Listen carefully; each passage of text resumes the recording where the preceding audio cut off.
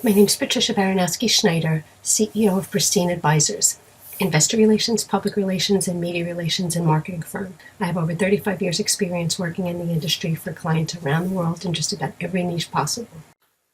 Now here's another topic that you don't really hear much about, but defensive marketing.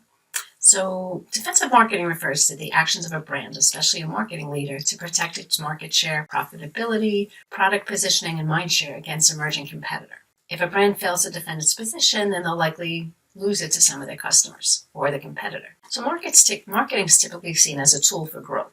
So a company can use it successfully to launch a product, make inroads to a new market, or gain share with existing products or its current market. So there's been a lot of research on marketing as an offensive tactic, but there's also been a little bit on how strong incumbents can use marketing preemptively respond to new or anticipated threats, whether they arrive because deregulation, patent expiration, changing technology, or rivals shift competitive advantage. And that's a shame because many of the marketing challenges defenders face have different characteristics. So say, for example, an incumbent usually has an installed base of customers, which means that the company has detailed information about the customer it wants to keep and how it might keep them. So now you have to decide what to fight with. So defensive marketing begins with an assessment of the weapons that you have available to protect your market position. So that could be your brand identity or how customers perceive you. The mix of products and services supporting that identity, including the pricing and the means of communication, your identity, and how you advertise. So maybe you have to decide that your brand identity maybe needs to be modified. So defensive marketing strategies can be categorized by their aims. Whether the strategy is designed to retain or how it wants to go. So you want to leverage your strengths if you're trying to retain customers. Like positive strategies, like hold on to customers by emphasizing the perceived advantage of your product, service, or company. You want to mitigate your rival's strengths. So if you're trying to retain customers, you want to hold on to customers by matching, neutralizing, or blending the perceived advantage of the new entries of your competition's product, service, or company. Now, if you just want to slow the rate of the customer loss, maybe acknowledge that some customers will leave despite your strengths, but offer product or services enhancements that'll delay their leaving you. Emphasize the benefits lost in the switch. That might be a major one.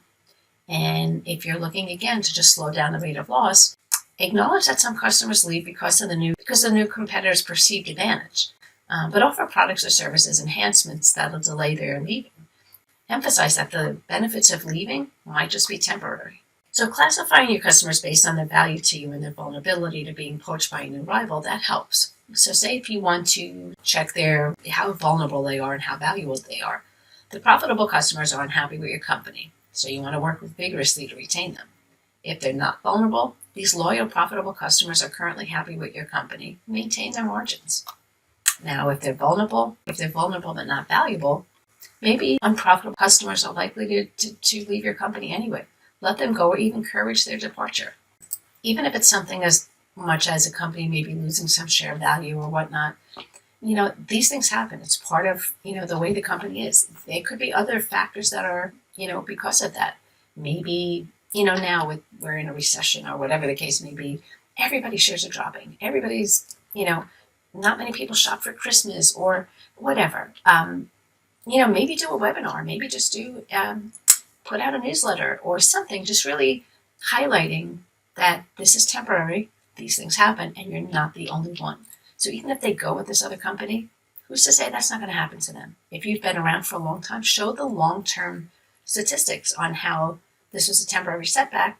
But if let's just say it's in line with every other company, highlight that. There's nothing different.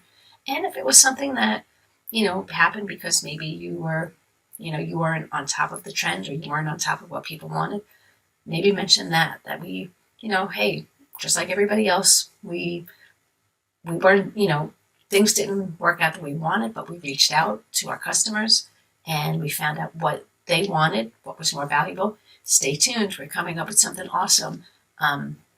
Just build that anticipation and let them know that you're changing because you value them.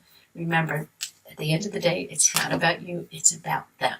So hear from them. Find out what they want. If they do like another company or they are going to leave, why? Let them know what about them. You get these all the time, $25 Amazon card if you just fill out this question, this survey.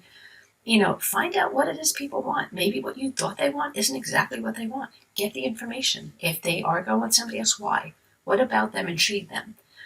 If they want to go, if at the end of the day they want to go, just let them know. You can always come back to us with open arms. Because again, this might just be a temporary thing. But yeah, defensive marketing, that's another one. Feel free to like, subscribe, comment, share this post with anybody you think would find it valuable. And don't forget, click the bell notification to find out about future videos. As the title of my post says, been there, done that. I guarantee you through the years, I've done it all. Through my decades of working in the industry, I've learned a lot. I've learned from many mistakes, and I can help you put you in front of the audience that matters most to you. Contact me at 631-756-2486. You can also email me at PBaronowski@Pristine Advisors. That's PRISTINEADVISERS.com. You can also find out more about me on my website at pristineadvisors.com. You can also find out more about me on my other website at PBaronowski.com.